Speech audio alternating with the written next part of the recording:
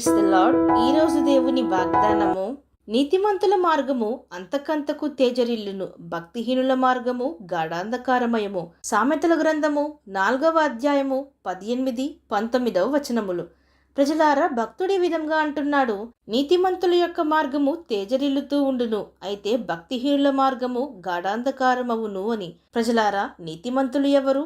ఎందరైతే నీతిని అనుసరించి నడుచుకొందురో వారు నీతిమంతులు. దేవుని నీతిని అనగా ఆయన ఆజ్ఞలను, ఆయన కట్టడలను, ఆయన సత్యమును అనుసరించి నడుచుకుందురో వారు అంతకంతకు తేజరిల్లుదురు, వారు నీతిమంతులు అనబడుదురు. మన దేవుడు నీతి న్యాయములను జరిగించు దేవుడు. అయితే ఆయన బిడ్డలమైన మనము కూడా నీతిమంతులుగానే జీవింపవలెను కదా. అనీతిమంతులుగా జీవిస్తే మన దేవుని నామమునకే దూషణ తెచ్చేవారంగా ఉందుము.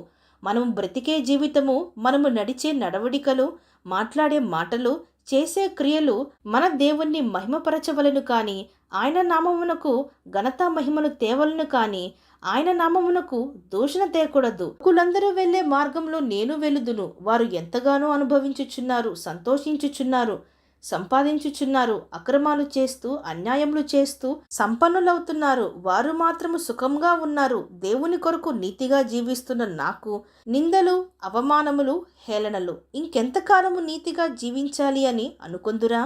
ప్రజలారా, మీరు అనుకున్నట్టు భక్తిహీనుల మార్గము సుఖంగానే ఉండును, అయితే క్రమక్రమముగా అది మరణముకు దారితీయును, అడాంధకారమునకు దారితీయును. వారు అనుభవించుచున్నవే గొప్పవి, నిజమైనవి, ఘనమైనవి అనుకొందురు కానీ అది వారిని నాశనమునకు నడిపించుచున్నవని వారు ఎరుగరు. అంధకారంలో తాము దేని మీద పడునది వారికి తెలియదు.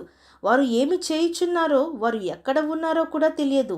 ఏమి వారికి సంభవింపునో కూడా తెలియదు. వారు మరణముకు చేరువవుతున్నారని కూడా వారు ఎరుగరు. సాతాను వారి కొరకు నోరు తెరుచుకొని కూర్చున్నది గనుకనే వారు అందులోనికి పోవచ్చున్నారు. మరి అలాంటి వ్యక్తుల మార్గములు వెళ్ళుదును అని కోరుచున్నారా?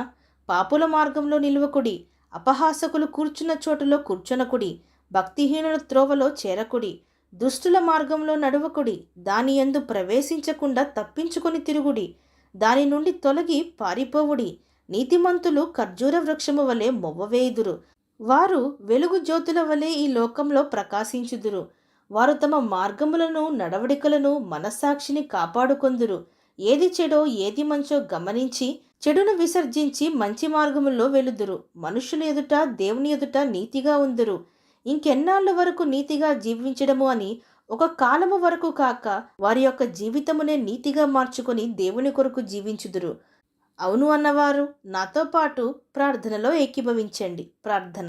పరిశుద్ధుడా, ప్రేమగల తండ్రి, ఈరోజు మీరిచ్చిన ఈ వాగ్దానమును బట్టి మీకు స్తోత్రములు. దేవా, మా హృదయము అన్నిటికంటే మోసకరమైనది గనుక ముఖ్యంగా మా హృదయమును భద్రంగా కాపాడుకొనుటకు మాకు సహాయము చేయమని వేడుకుంటూ, అలాగుననే ఈ లోక మర్యాదలు, ఈ లోకపు నీతిని అనుసరిస్తూ అన్యాయముగా, మోసపూరితులుగా మేము జీవించక నీతిమంతులుగా జీవించి అంతము వరకు మా యథార్థతను, నీతిని, విశ్వాసమును విడవకుండునట్లు మాకు సహాయము దయచేయమని వేడుకుంటూ, సమస్త మహిమాగంతులు మీకే చెల్లిస్తూ ప్రభువైన యేసుక్రీస్తు నామం పేరట అడిగి వేడుకొంచున్నాం పరమ తండ్రి.